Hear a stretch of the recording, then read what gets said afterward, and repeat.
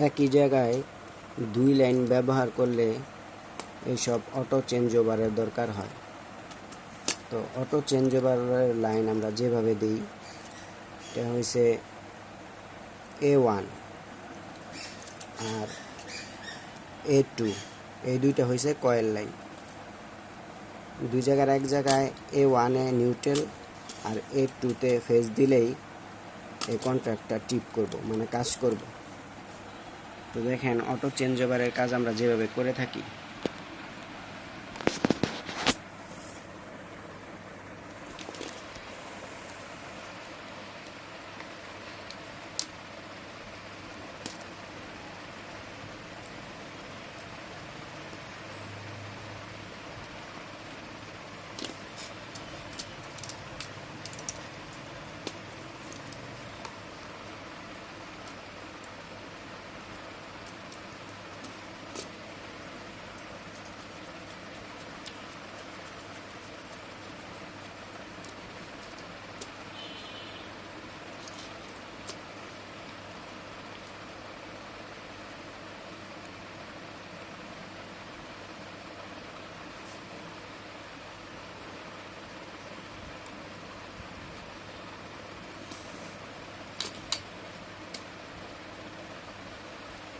এটা হচ্ছে গিয়া নিউট্রাল লাইন।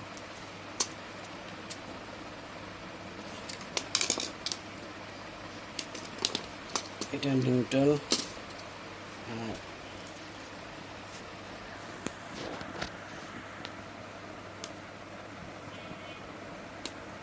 দুই পাশে ফেজ।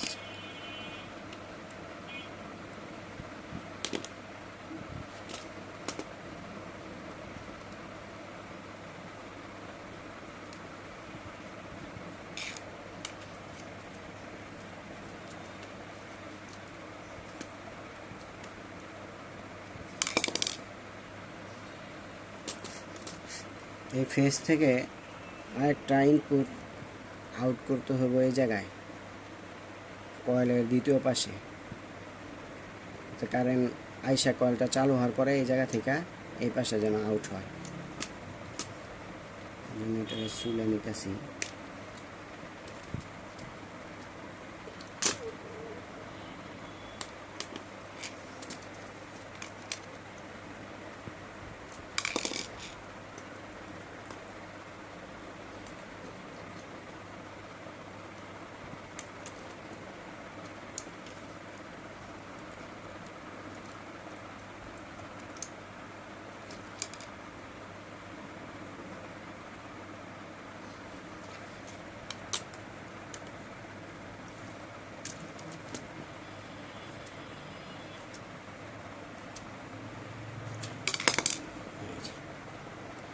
এই তারটা আমি ডাইরেক্ট ফেজের সাথে ব্যবহার করব। এটা একটা ডাইরেক্ট ফেজের সাথে ব্যবহার করব।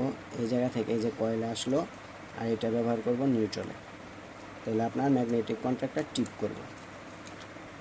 তারপরে এই জায়গা থেকে এই যে আমরা 2 নাম্বার লাইনে যে দিছি লাইনটা, এই পাশ থেকে 2 নাম্বার লাইন থেকে আউট হইব। তো 2 নাম্বার লাইনে কানেক্ট দিতে হইব।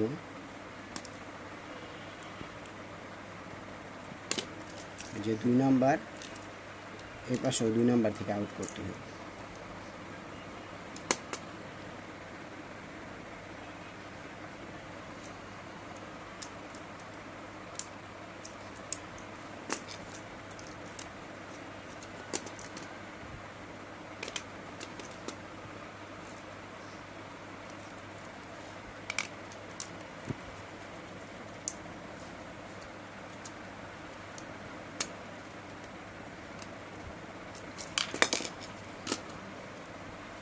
এটা হলো একটা মিটারের ওয়ারিং, একটা লাইনের।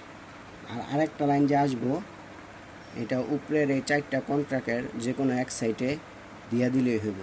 তো যেই সাইডে আমি দিমু, আমি ধরেন 1 নাম্বার লাইনে দিমু, তো 1 নাম্বার লাইন থেকে এই আউটপুটটা আসবে।